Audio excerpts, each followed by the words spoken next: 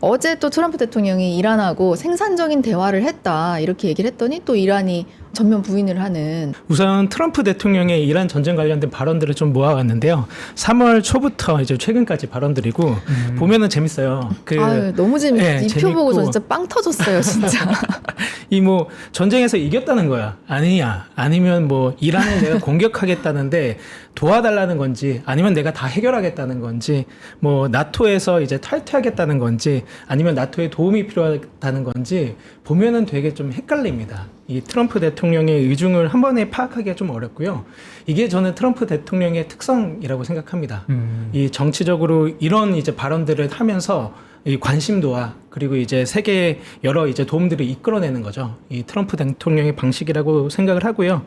그 의중과 이제 방식을 떠나서 비트코인 가격은 네. 이 트럼프 대통령의 말에 좀 휘둘리는 부분은 사실 있다라고 생각을 합니다. 그래서 최근에도 이제 뭐 48시간 내에 내가 초토화하겠다라고 네. 했을 때 비트코인 가격이 급락하고, 네. 그리고 5일 유예를 최근에 이제 발표하면서 우리가 좀 생산적인 대화를 이어나가자라고 하니까 비트코인 가격이 좀 안정화되고 하는 것들이 좀 이어지는 것 같습니다.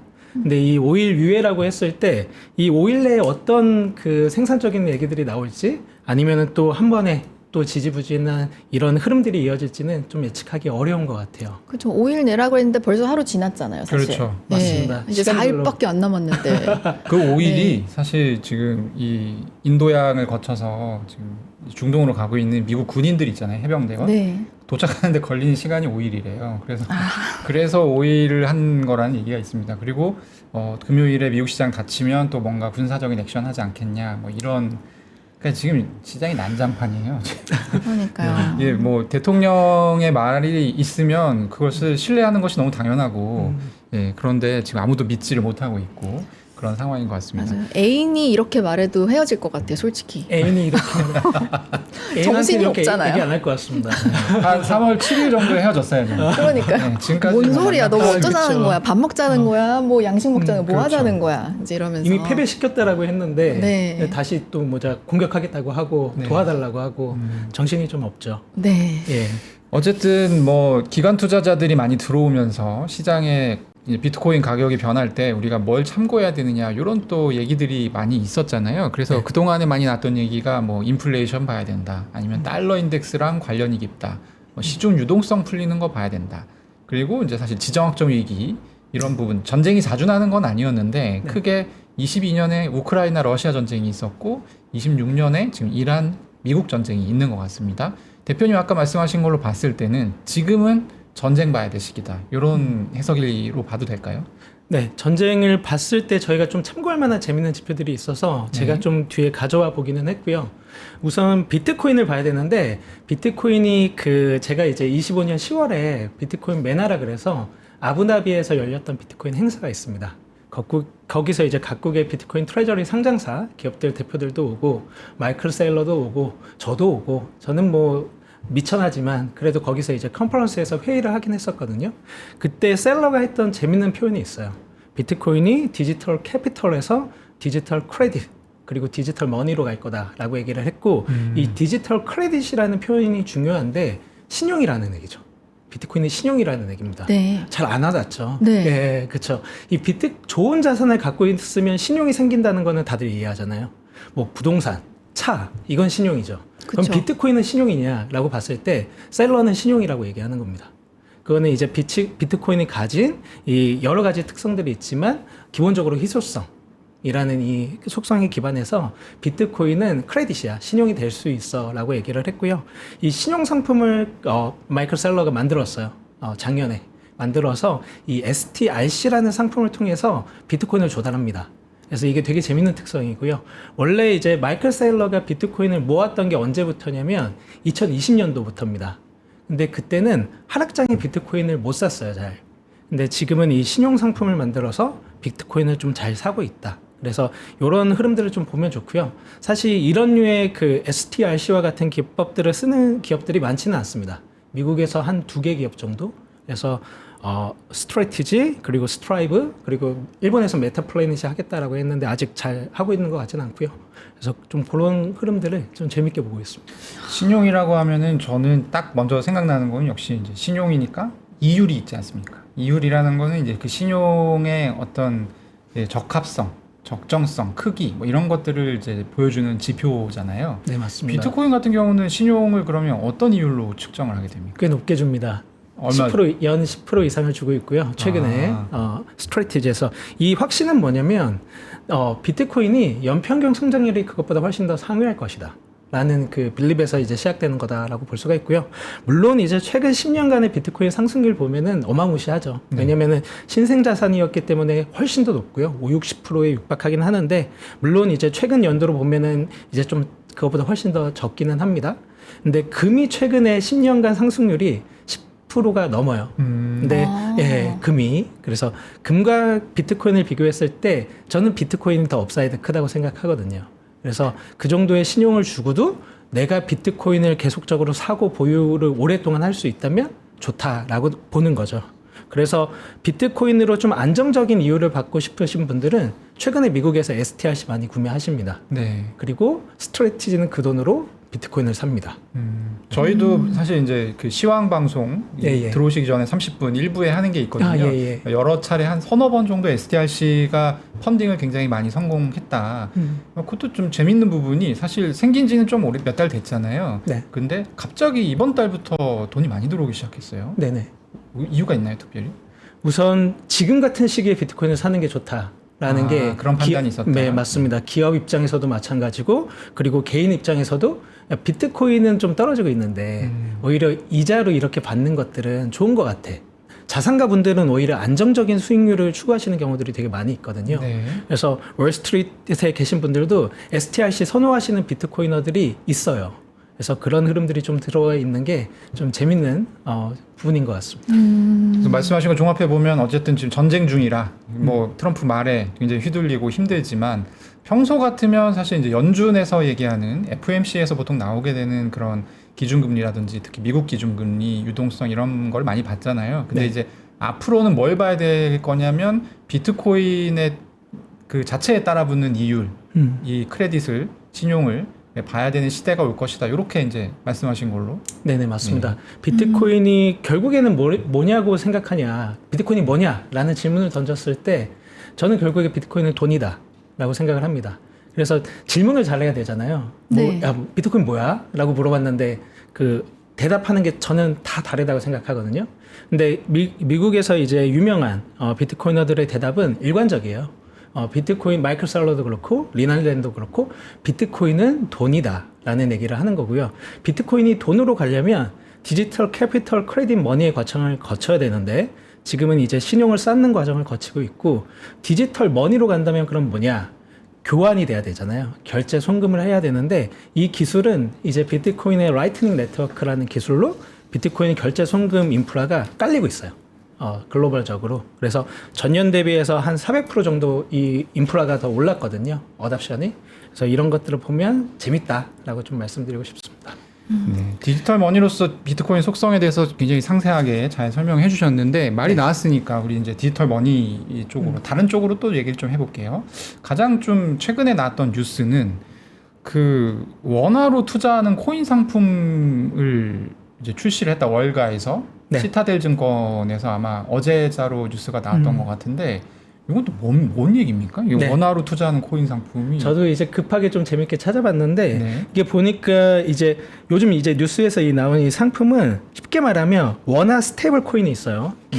KRWQ라는 이제 이게 있고 이거를 활용한 이제 환율 파생 상품이다라고 이제 말씀을 드릴 수가 있고요. 네. 좀 더 쉽게 설명드리면 $1 환율에 베팅하는 24시간 코인 선물 상품이다라는 겁니다. 그래서 이거는 기존의 은행이나 기관만 하던 이 역의 원화 NDF를 블록체인, 이 스테이블 코인을 활용해서 하는 거다라고 좀 말씀드릴 수가 있고요. KRWQ라는 원화 스테이블 코인을 활용해요. 사실 한국에서는 원화 스테이블 코인을 발행한 곳이 아직 없거든요. 그렇죠. 네. 법적인 규제 때문에 없는데 비어있는 영역이다 보니까 들어온 겁니다. 그래서 발행을 한 거고요. 이 USDC랑 이제 페어로 해서 거래를 하고 상품의 이름은 원화 무기한 선물. 입니다. 그래서 이렇게 하는 거고 주체가 그럼 누구냐? 이거 누가 하는 거야? 이렇게 봤을 때 보니까 EDXM 인터내셔널이라는 곳입니다. 여기는 미국 월가의 이제 대형 MM, 마켓 메이커, 뭐 시타델이나 피델리티 같은 곳들이 이제 지원하는 거래소예요. 다 같이 모여서 예. 그때 이제 기관용 거래소라고 맞습니다. 해서 한참 화제가 됐었던 거래소입니다. 네네 맞습니다. 그래서 요거를 이제 하는 거고요. 이미 한국에서는 여러모로 할 수가 없으니까 여기서 이제 $1 환율 가지고 이 하는 것들이 수요가 있었거든요. 기관에서 수요가 있었기 때문에 야 이거를 스테이블 코인으로 해보면 재밌겠는데? 라고 이제 생각을 해서 만든 거다라고 보면 좋을 것 같습니다. 근데 개인적으로 궁금한 게 그러면 이거는 사실은 외환 파생 상품 약간 이런 느낌인데 그래도 코인 상품으로 좀 보는 경향이 있는 건 거죠? 맞습니다. 그 좀 비어 있는 영역이다라고 저희가 좀 보면 좋을 것 같고요. 그래서 $1 환율에 베팅하는 거래 자체는 오래전부터 그냥 존재해왔다라고 볼 수가 있고요. 도박 같은 게 아니고 이게 바로 역의 원화 NDF라는 상품이다라고 좀 볼 수가 있고 그러면 이거 누가 주로 했었냐라고 했을 때 주로 은행이나 헤지펀드나 대형 기관들이 했던 그런 거다라고 볼 수가 있고요. 이거를 이제 개인에게도 열어주겠다라는 거죠. 그래서 이거를 다 좀 참여해서 좀 재밌게 이 시장을 넓혀보자라는 좀 의도가 있는 것 같습니다. 기관들만 재미를 봤던 시장에 어쨌든 개인 투자자들도 이렇게 뛰어들 수 있는 그런 기회가 생긴 거네요. 그렇죠. 네네. 근데 사실 이제 그거보다 조금 더 무서운 의미가 있습니다. 또 어떤 의미가 있죠? 이게 이제 사실 최근에 원화 스테이블 코인 논의가 공전되고 있거든요. 한국에서. 네. 원래 이제 금방이라도 만들 것 같았는데 지금 국회에서도 좀 차입힐 얘기가 미뤄지고 있고 어제도 잠깐 말씀드렸지만 어쨌든 한국은행장으로 지금 내정이 되신 분이 신윤성 네네. BIS 정확하게 직함은 모르겠는데 국장이신 걸로 알고 있는데 하여튼 신윤성 씨가 지금 내정이 되면서 이거 CBDC 가는 거 아니야? 이런 지금 불안감이 맞아요. 있거든요. 그런 배경을 알고 보시면 한국에서 원화 스테이블 코인 안 만들어도 월가에서 만들어서 그 수요를 흡입하겠다라는 시도가 있는 겁니다. 이거를 일반 투자자들 입장에서 어떻게 바라봐야 되는 거예요? 그러니까 일반 투자자들은 네. 만약에 저거 원화 변동성 높으니까 투자할까? 요 정도의 생각을 하실 텐데 사실 업계나 아니면 더 나아가서 뭐 금융 당국이나 이런 차원에서는 이거는 그냥 가볍게 볼 수 있는 문제는 아니죠. 그렇죠. 국가에서 하지 않는 걸 그냥 타 국가에 그렇죠. 심지어 그냥 월가에서 이렇게 월가에서 기관이 원화 하는 스테이블 거니까. 코인 필요하면 만들어 버릴 수 있는 거예요. 세상이 그런 너무 변했네요. 상황이- 네, 세상이 너무 많이 변했다라고 볼 수가 있고 아까도 여기에 백커들을 봤을 때 시타텔 증권이랑 이제 피델리티 같은 곳이 이 거래소의 백커로 있잖아요. 네. 그래서 대형 이제 금융사들이 같이 있는 그런 프로젝트를 좀 볼 수가 있고요. 좀 이제 재밌게 볼 수가 있는데 사실 요 관점에서 좀 보여드리고 싶은 자료가 있는데 요겁니다. 이 해당 국가 정부가 허용하지 않은 스테이블 코인은 조금 리스크가 있기는 해요. 이 관점으로 볼 수가 있고 저희가 이제 그 AI와 온체인 데이터 분석 기반한 디지털 자산 적립식 투자 소프트웨어를 하고 있다고 했는데 저희가 남미 페루랑 이제 베트남에 소프트웨어를 수출을 했었거든요. 그래서 베트남에 저희가 좀 사업을 하면서 저도 이제 좀 많이 나가곤 합니다. 근데 이 베트남에도 베트남 동화를 담보로 한 이 스테이블 코인이 있어요. 근데 이거는 베트남 국가의 승인을 받지 않은 코인입니다. 그래서 이제 싱가포르에 본사를 득한 기업인데 이 오누스라는 기업이거든요. 192만 명이 이제 쓰고 있는 곳들인데 여기에 그 오누스라는 코인을 베트남 정부에서 야 너네 우리 승인 없이 베트남 동화 스테이블 코인 만들었으니까 이거 못 써라고 해서 그냥 닫아버린 겁니다. 그래서 베트남 동화 스테이블 코인으로서의 이 VNDC가 이제 사용을 못하는 거죠. 그래서 지금도 보면 이제 원화 스테이블 코인이 한국에서는 승인이 없잖아요. 네. 뭔가 이제 그레이 에어리어이기 때문에 지금과 같은 이제 시도를 할 수 있는데 만약에 정부에서 야 우리도 원화 스테이블 코인 아직 뭐 한 거 없는데 너네가 이렇게 해서 하는 거 이거 안 돼라고 이제 하면은 뭔가 이제 그 싸움이 붙을 수가 있는 거죠. 그래서 원래 여지가 좀 있다라고 좀 생각이 드는 것 같아요. 이거 근데 미국 기업이 그렇게 만들었는데 우리가 뭐 제재하고 뭐라고 하면 바로 미국 정부에서 이거 쿠팡에서도 그러지 않았습니까? 맞습니다. 쿠팡 미국 기업이다 보니까 이거 영업 정지 막 어쩌고 저쩌고 하니까 이거는 뭐 국제 뭐 이런 식으로 봤더라고요. 예, 그럴 네. 수도 있을 것 같아요. 베트남이라서 저게 지금 별 문제가 없는 거지 사실. 맞아요. 저도 미국에 반대하는 베팅은 좀 항상 이제 신중해야 되는 편이다라고 생각을 하는 편인데 네. 그럼에도 불구하고 어떤 면에서는 자국의 화폐가 그렇게 사용되는 부분들이 있다 보니까 이거는 어떻게 보면은 경제적인 그런 거이기도 하면서 뭔가 국가적으로도 논의를 해야 되는 부분으로 보이기는 하더라고요. 네, 뭔가 그냥 들으면은 그냥 제가 일반인으로서 들으면은 내가 가지고 있지도 않았는데 그걸 뺏어간 느낌이에요. 정확합니다. 네. 저도 그런 느낌. 그래서 약간 어벙벙하고 좀 그런 느낌? 꼭 맞습니다. 내가 네. 돈 벌 수 있었던 거 아닌가? 뭔가 네. 지금 손해 보는 느낌. 뺏긴 느낌이 네. 강하게 드네요. 이 달러는 너네 건 거 알겠는데 네. 워낙 워낙 우리 거잖아. 네. 이런 그러니까요. 느낌이 좀 있어가지고 이건 좀 이제 그런 논의들이 필요하지 않나? 라는 생각이 들긴 하더라고요. 저희가 이제 좀 약간의 어떤 가능성을 가지고 지금 얘기를 한 5분 정도 나눠봤고, 저희는 가능성만 갖고 얘기를 할 수는 없을 것 같고, 일단 당면한 문제가 요 이제 NDF 시장, 원화 NDF 시장이 보니까 이제 규모가 거래량이 하루에 270억 달러 정도 돼요. 상당히 큰 시장이더라고요. 근데 요게 이번에 얘기했던 원화 스테이블 코인 기반의 어떤 시타델이 만든 그 상품으로 옮겨갈 수가 있는 상황입니까? 어떻게 보세요? 원화 스테이블 코인으로 네네. 그러기는 좀 힘들지 않을까라고 생각이 들기는 하는 가능성이 것 같아요. 단기간에 옮겨가기는 쉽지 않다. 예. 네네. 여러 가지 어답션 측면이나 뭔가 이런 이제 규제들이 아직 만들어지지 않은 상황에서는 좀 더 이제 조심스럽게 한 스텝씩 나가지 않을까라고 생각이 드는 것 같아요. 그럼 네, 어쨌든, 좀 예. 초반에는 그래도 공존하는 느낌으로 가다가 뭐 어느 시장이 조금 더 우위를 선점하는 그런 일이 벌어지겠네요. 그럴 수도 있다고 생각이 들고요. 어렵네요. 뭐 이게 되게 어렵네요. 저는 사실 이런 건 처음 들어가지고 네, 어제 뉴스 보고 그 이후로 처음 들은 얘기라. 그러니까 저도 사실은 네. 이럴 가능성이 있다라고 말을 많이 해왔어요. 근데 그 말이 솔직히 지금 와서 얘기하면 약간 설마 그런 일이 있겠어? 라는 생각을 가지고 그러니까요. 있지만 왜냐면 이거 빨리 원화 스테이블 코인 도입을 해야 된다라는 근거 중에 하나로 그냥 곁들였던 것들인데 그게 실현이 되니까 예. 어제 뉴스 보고 약간 좀 소름 돋았던 예, 저도 살펴보면서 이게 맞나? 라는 네. 생각이 들기도 하고 네. 좀 그랬던 것 같습니다. 이게 잘 안 될 수도 있죠 사실. 네네. 예. 한국인으로서 뭐 어떻게 대답을 해야 될지 모르겠지만 네. 어쨌든 한국에서도 빠르게 이런 것들을 좀 타진하면 좋겠다라는 생각이 듭니다. 그럼 이게 이제 코인 시장으로 다 넘어가고 한다는 건데 그럼 기존에 있던 NDF 시장하고 또 이제 새로 만들어진 이 원화 스테이블 네. 시장이 들어가게 되는 이 시장하고 어떤 점이 다른 거예요? 뭐 속도라던가 비용면이라던가 이런 것들이 다를 것 같은데요. 네, 맞습니다. 이 핵심적인 차이를 보면 뭐 더 싸고 빠르다, 편하다라는 거고요.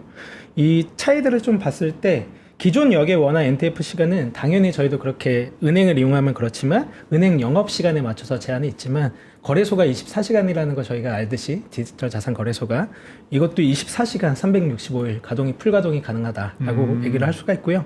비용이 상대적으로 저렴하다라는 겁니다. 실시간 온체인 정산 때문에 좀 저렴하다라는 거고요. 스테이블 코인을 활용하면 저희가 결제 송금에 있어서 기존의 이제 금융 인프라보다 좀 저렴하다라고 얘기를 하잖아요. 네. 이것도 마찬가지로 그런 이제 이점이 있다라고 좀 말씀을 드릴 수가 있고요. 얼마나 저렴한지는 혹시 50에서 수 있을까요? 75%. 50에서 75%요? 저렴하고요. 너무 그럼 옮겨가겠는데요? 조금 저렴하다고 할 수 없는데. 옮겨가겠는데요? 네. 이 이점 때문에 사실 그런 것들이 있을 것 같아요. 저희도 일단 뭐 반신반의하면서 써보잖아요. 네. 이게 진짜 되나? 좀 믿을만하나? 라고 써보잖아요. 써보다가 좀 믿을만한 것 같아. 뭐 어디 인증받은 데들이 써. 그리고 실제로 싸. 라고 하면은 슬슬 옮겨가잖아요. 그래서 그런 것들은 있을 수 있다라고 생각이 들고요. 반면에 이 신뢰라는 측면에서는 아직도 기존에 쓰던 것들이 편하잖아요. 그리고 믿을만하고. 그렇죠. 써왔는데 탈이 없었고. 그러면 좀 쓰다가 살짝씩 써보다가 괜찮아. 그러면은 좀 늘려가는 이런 추세가 나오지 않을까라고 생각을 좀 하는 것 같습니다. 지금 금 같은 경우는 사실 그 하이퍼리퀴드 때문에 저희도 여러 번 말씀드렸지만 하이퍼리퀴드라고 하는 24시간 풀가동되는 이 디파이 세계 거래소 때문에 사실 금 가격이 금뿐만 아니라 최근에는 원유 가격, 뭐 은 가격, 맞습니다. 상품 가격, 뭐 팔라디움 할 거 없이 다 실시간으로 지금 계측이 되고 있거든요. 네. 그러면 만약에 EDXM에서 이런 거를 이제 해서 이제 환율 관련 상품을 돌린다고 하면 당연히 기초 자산이 환율이니까 환율도 24시간 측정이 될 수밖에 없잖아요. 네네. 무서울 것 같습니다. 네. 근데 그러면 이걸 조금 사용을 해서 그러니까 기존 NDF에서의 뭐 이런 환율 차이랑 네. 또 새로운 구조에서의 환율 차이 이런 걸 통해서 또 차익을 보는 그런 사람들도 생길 수 있는 거예요? 네네. 예전에는 이제 기관이나 은행이나 해치 펀드들이 이 환율에 대해서의 이 해치 차익이나 리스크들을 방어했다면 개인들도 이런 것들을 보면서 할 수가 있겠죠. 근데 저는 좀 무섭게 생각되는 게 최근에는 이 예측 시장도 되게 활발하잖아요. 네. 그래서 베팅을 하는 경우들이 많잖아요. 뭐가 오르고 내리는 거에 베팅을 하는 경우도 많고 환율도 마찬가지고 그런 이 상황에서 24시간 돌아가는 곳에 원화 스테이블 코인이 이렇게 쉽게 노출되어 있다라는 게 조금 뭐 약간 좀 미묘해요. 감정들이 좀 미묘해서 이런 것들은 좀 사실 그 정부가 좀 같이 협력해서 잘 봐야 되는 게 아닌가 싶기도 하고요. 아니 그 사실 이 방송이 그 저희 이제 주식 시장을 보시는 분들의 방송 이후에 직후에 방영이 되기 때문에 사실 주식 투자자분들이 많이 보십니다. 그냥 네. 이렇게 틀어놓고 그냥 라디오처럼 듣고 계신 경우가 많다고 하더라고요. 네네. 근데 예전 같은 경우는 그분들의 고민이 그러니까 세 가지였어요. 주식 할지, 부동산 할지, 코인 할지. 근데 이 정도 세 가지였는데 지금 뭐가 너무 많이 나오고 있는 것 같습니다. 네. 원화 스테이블 코인을 해야 되냐 말아야 되느냐도 사실 야 저게 뭔 소리야? 약간 이랬던 분들도 많을 텐데 지금은 또 그걸 가지고 여기에 외국 월가의 금융사가 NDF 뭐 이런 걸 이용해가지고 상품 만들고 그러면은 거기서 하면은 또 뭐 어떤 이점이 있고 수수료가 얼마고 그러니까 생각해야 될 것들이 굉장히 많은 것 같아요. 조언을 좀 주시면 좋을 것 같아요. 이런 상황에. 네. 정말 이제 생각해야 될 것들이 너무 많은 상황인데 네. 제가 좀 정리해 드리도록 하겠습니다. 그래서 우리가 주목해야 되는 거 하나를 딱 집어 볼게요. 저는 비트코인이라고 생각을 하고요. 왜 비트코인이냐? 미국만 해도 그랬던 것 같아요. 그 비트코인 액트라는 이제 기반 하에 이 지니어스 액트 그리고 클래리티 액트 이 디지털 자산이라는 산업을 좀 명확화하는 것까지 요새 이제 논의를 하고 있지만 그 기반에는 그냥 비트코인이 있습니다. 비트코인이라는 게 있는 거고요. 그 위에 쌓아가는 이제 과정이다라고 좀 말씀을 드릴 수 있는데 한국은 여전히 비트코인이라고 얘기하면 좀 거부감이 있어요. 이게 유교적인 문화 때문인지 네. 뭔가 디지털 자산이라고 얘기하면 마음이 편한데 비트코인이라고 얘기하면 좀 불편해요. 지금 말씀하신 네. 게 비트코인이 디지털 자산의 원류이기 때문에 맞습니다. 네, 일단 디지털 자산 복잡하지만 풀려면 비트코인부터 풀어야 된다. 이런 말씀이시죠? 맞습니다. 이게 항상 이게 문제예요. 저희도 이제 창업을 하고 있다고 얘기를 드렸고 네. 정부와 관련된 사업들도 하고 있는데 비트코인이라고 써서 낼 수가 없어요. 그냥 디지털 네, 자산이라고 디지털 쓰시나요? 자산. 저희도 처음에 시작할 네. 때 디지털 자산 분석의 기준 이렇게 합니다. 맞아요. 그렇죠. 이게 이 한국이 저는 좀 문제인 것 같아요. 그래서 미국은 되게 쉽잖아요. 명확하잖아요. 비트코인이야. 네. 비트코인이고 비트코인 액트하고 지니어스 액트하고 클래리티 액트 할게 이렇게 얘기를 하는데 한국은 좀 어렵습니다. 이게 유교적인 면들이 있다고 생각하고요. 근데 반면에 이 비트코인은 정확하게 명확하게 디지털 캐피털에서 디지털 크레딧 디지털 머니로 가고 있다고 얘기를 합니다. 마이클 셀러도 그렇고 미국의 방향성도 그렇고 이미 이 산업이 준비하고 있는 면들이 그래요. 그렇기 때문에 저는 저희가 막 여러 가지 다 봐야 되지만 그래도 아직 비트코인을 보는 게 중요하다라고 좀 말씀을 드리고 싶어요. 좀 외람된 질문일 수 있는데 그냥 네. 개인적으로 제가 여쭤보고 싶은 게 제가 항상 물어보긴 해요. 연말에 어느 정도 갈까요? 연말에 저도 이 질문이 좀 생각났어요. 왜냐하면 지금 아마 시청자분들이 다 느끼셨을 거예요. 왜냐면 매일 지금 다른 전문가들이 나오시는데 저 사람은 비트코인에 대해서 확신을 가지고 있네? 그렇다면 비트코인 가격 물어봐야 제일 네. 좀 확신을 가지고 그쵸, 계신 것 그쵸. 같아서 꼭 맞아요. 여쭤보고 싶었습니다. 맞습니다. 저는 그래요. 비트코인은 적립식 투자 서비스를 저희가 하고 있다 그랬었잖아요. 네네. 그래서 16, 17, 18, 19, 20 언제든지 매년 1월 1일에 비트코인을 적립식 투자를 4년 동안 하면요. 400%의 수익률이 나옵니다. 5배. 매년 1월 1일 언제든지 16, 17, 18, 19, 20. 그래서 올해 말 계획 그 가격을 제가 못 맞출 것 같아요. 못 맞추는데 4년 뒤에는 비트코인이 이렇게 많이 올라 있을 거다라는 말씀을 좀 드리고 싶고요. 저는 비트코인이 디지털 캐피털에서 크레딧 머니로 가고 있다고 말씀을 드렸잖아요. 머니로 간다면 비트코인 가격이 되게 안정화된 시점이겠죠. 그래서 저는 10년 뒤에 비트코인이 100만 달러에 가 있어도 전혀 이상하지 않다라고 말씀을 좀 드리고 싶어요. 네. 안정화가 돼도 계속 오르기는 할 거라는 예측을 하시는 거네요. 네, 인플레이션이나 여러 가지 것들을 고려했을 때 당연히 이제 금도 5천년 된 이 자산인데 계속 오르잖아요. 10년 동안 10% 오르고 정말 대단한 것 같습니다. 그래서 비트코인도 오를 텐데 오르는 폭이 좀 줄 거다. 예전처럼 저희 과거와 비교할 때도 그런 것처럼 그럴 거다라고 생각이 들고요. 그럼에도 불구하고 10년 내에 100만 달러 간다라는 거에는 저는 좀 확신이 있다. 라고 좀 말씀드리고 싶어요. 이 멋있는 것 같아요. 이 어차피 적립식 투자를 하고 나는 안 팔 거기 때문에 올해 전망은 중요하지 않다. 이 얘기잖아요. 맞습니다. 이사를 가서 좀 팔기도 하는데 네. 육아도 하고 솔직하시네요. 그렇지만 저는 그렇게 나눠요. 그냥 이거는 그냥 모으는 비트코인, 들고 있는 비트코인. 요거는 뭐 쓸 수 있는 비트코인. 그렇게 좀 나누는 편이라서 기본적으로 좀 좋게 좀 보고 있습니다. 그 퍼센티지는 어떻게 하시나요? 모으는 퍼센테이지는 비트코인이랑 써도 되는 와이프한테도 비트코인. 비밀이라서 네. 아, 그렇군요. 좀잘 공개는 안 하는 편인데 그래도 좀 이제 그 상황에 맞게 좀 밸런스해서 나누고 있습니다. 아, 그렇군요. 어쨌든 알겠습니다. 모으는 비트코인이 있다는 거는 상당 부분 장기 투자를 생각하신다는 거죠. 네, 맞습니다. 네. 네. 오늘 알겠습니다. 네, 너무 좋은 말씀 감사합니다, 대표님. 다음에 아닙니다. 또 모시면 너무 감사하겠네요. 아, 좋습니다. 네, 마지막으로 그냥 또 한 말씀 해주신다면 어떤 게 있을까요? 아직까지도 비트코인을 믿지 않고 방황하는 어린 양들에게 한 말씀 해주시죠. 좋습니다. 오늘 비트코인 얘기를 제가 좀 많이 떠들고 간 것 같은데요. 비트코인 말씀드렸던 대로 디지털 캐피털에서 크레딧, 머니로 넘어가는 과정이 있습니다. 저희 그 비트코인 한번 주목해 보시고 그리고 왜 비트코인인지 또 질문을 던져보시면 좋을 것 같습니다. 감사합니다. 네, 오늘 감사합니다. 감사합니다. 크립토 플러스 오늘은 여기까지입니다. 내일 오전 11시에 다시 찾아뵙겠습니다. 감사합니다.